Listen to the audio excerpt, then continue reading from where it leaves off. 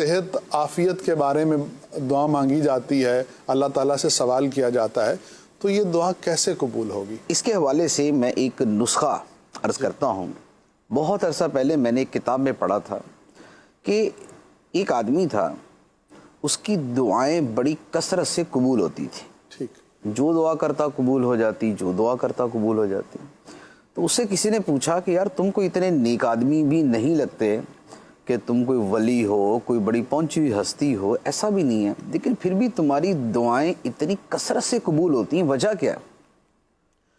اس نے کہا کہ اس کی وجہ یہ ہے کہ میں جب اپنے گھر سے نکلتا ہوں تو مجھے جو بندہ نظر آتا ہے میں اس کے لیے دعا کرتا ہوں۔ سبحان اللہ، ٹھیک ہے۔ روڈ پہ چلتے ہوئے، گاڑی چلاتے ہوئے، بائک پہ، پیدل، خریداری کرتے، مجھے جو بندہ نظر آتا ہے میں اس کے لیے دعا کرتا ہوں، یا اللہ اس کا بھلا کر، یا اللہ اس کی خیر کر، یا اللہ اس کو عافیت دے، یا اللہ اس کے ساتھ اچھا معاملہ فرما۔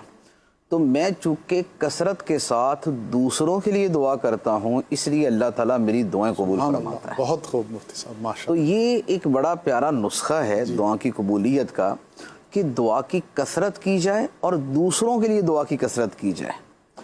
تو اب جیسے گھر سے نکلیں، اب وہ ٹھیلے والا ہے، وہ دکاندار ہے، وہ صفائی والا ہے، وہ رزق کی تلاش میں نکلنے والا ہے، اب سب کے لیے دعا کرتے جائیں، یا اللہ یہ جو رزق کمانے کے لیے نکلا ہے اس کو رزق حلال عطا فرما، جس کا روزگار چل رہا ہے یا اللہ اس کے رزق میں برکت عطا فرما، کوئی پریشان نظر آتا ہے کہ یا اللہ اس کی پریشانی دور کر دے، کوئی مریض سا نظر آیا تو کہ یا اللہ اس کو شفا عطا فرما دے، ہاسپٹل کے سامنے سے یا لیب کے سامنے سے گزرے تو یا اللہ جہاں یہاں جو مریض ہیں ان کو شفا عطا فرما۔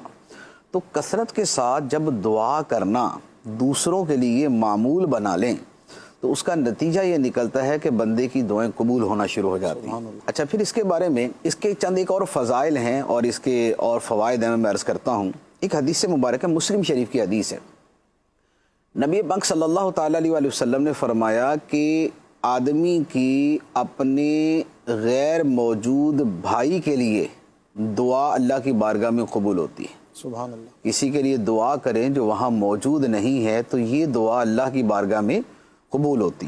کیا مطلب ہوا کہ مثال کے طور پہ میں اپنے کمرے میں ہوں، آپ اپنے گھر میں ہیں، میں آپ کے لیے دعا کرتا ہوں، ٹھیک، تو یہ دعا آپ کے حق میں قبول ہوگی۔ سبحان اللہ۔ یہ دعا آپ کے حق میں قبول ہوگی کیونکہ میں نے آپ کی غیر موجودگی میں یہ دعا کی۔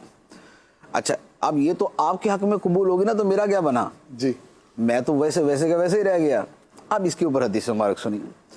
نبی پاک صلی اللہ تعالیٰ علیہ وآلہ وسلم نے فرمایا کہ جب کوئی بندہ اپنے بھائی کے لیے اس کی غیر موجودگی میں دعا کرتا ہے تو ایک فرشتہ اس دعا کرنے والے کے سر کے قریب کھڑا ہوتا ہے، سبحان اللہ، سبحان اللہ۔ وہ اس کی دعا پہ آمین کہتا ہے، اللہ، ٹھیک، وہ اس کی دعا پہ آمین کہتا ہے اور ساتھ میں یہ کہتا ہے کہ تیرے لیے بھی ایسی ہی خوشخبری ہو۔ سبحان اللہ، سبحان اللہ، کیا خوب۔ گویا ہوا یہ کہ میں نے آپ کے لیے دعا کی تو فرشتے نے میرے لیے دعا کی، سبحان اللہ، سبحان اللہ، آپ کے حق میں میری دعا قبول، میرے حق میں فرشتے کی دعا قبول۔ بہت خوب۔ ٹھیک ہے۔ اچھا، پھر ایک اور حدیث مبارک ہے اسی کے اوپر، نبی پاک صلی اللہ تعالیٰ علیہ وآلہ وسلم نے فرمایا کہ جب بندہ یوں دعا کرتا ہے نا اپنے بھائی کے لیے تو اللہ تعالیٰ اس بندے سے فرماتا ہے کہ شروع میں تم سے کروں گا، اللہ، اللہ، تم نے دعا اس کے لیے کی ہے لیکن شروع میں تم سے کروں گا، سبحان اللہ، جو سبحان تم نے اس کے لیے مانگا پہلے تجھے عطا کروں گا پھر اس کو عطا کروں گا۔ اللہ، اللہ، اللہ۔ تو اب آپ دیکھیں کہ یہ کس قدر خوبصورت اور زبردست قبولیت کا عمل ہے سبحان کہ ہم اپنی دعاؤں میں دوسروں کو شریک کر لیں اور دوسروں کے لیے دعا کرنا شروع کر دیں۔ سبحان اللہ۔ تو جو چیز آپ کو چاہیے نا آپ دوسرے کے لیے مانگنا شروع کر دیں،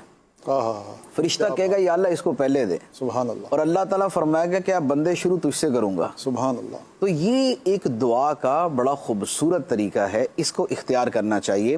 اچھا، اس کی فضیلت ایک اور میں فضیلت عرض کرتا ہوں، حدیث مبارک ہے، فرمایا کہ جو بندہ مومنوں کے لیے مغفرت کی دعا کرتا ہے ٹھیک، اللہ تعالیٰ ہر مومن کے بدلے میں اس کو ایک نیکی عطا فرماتا ہے۔ سبحان اللہ، سبحان اللہ۔ اب اس پر باقاعدہ علماء نے تحریر فرمایا کہ جو بندہ یہ دعا مانگے اللہم اغفر لی ولکل مؤمن و مؤمنہ، اے اللہ مجھے بھی بخش دے اور ہر مومن مرد و عورت کو بخش دے، ٹھیک، تو ہر ایک کے بدلے میں ایک نیکی ملے گی۔ ٹھیک، دنیا میں اس وقت جو مسلمان ہیں ان کی تعداد 1.5 ارب ہے. سبحان اللہ. اور ہر مومن تو یہ نہیں ہے، کیونکہ جو فوت ہو چکے وہ بھی تھے اور جو آئیں گے وہ بھی ہے. کیا بات ہے. تو یہ ایک دعا کہ اے اللہ مجھے بخش دے اور ہر مومن مسلمان مرد عورت کو بخش دے، اس ایک دعا سے اللہ تعالیٰ ہر ایک کی تعداد کے برابر نیکیاں عطا فرمائے گا. تو اربوں کی تعداد میں نیکیاں اس ایک جملے کے ذریعے بندے کو نصیب ہو جاتی ہیں. سبحان اللہ. سبحان اللہ.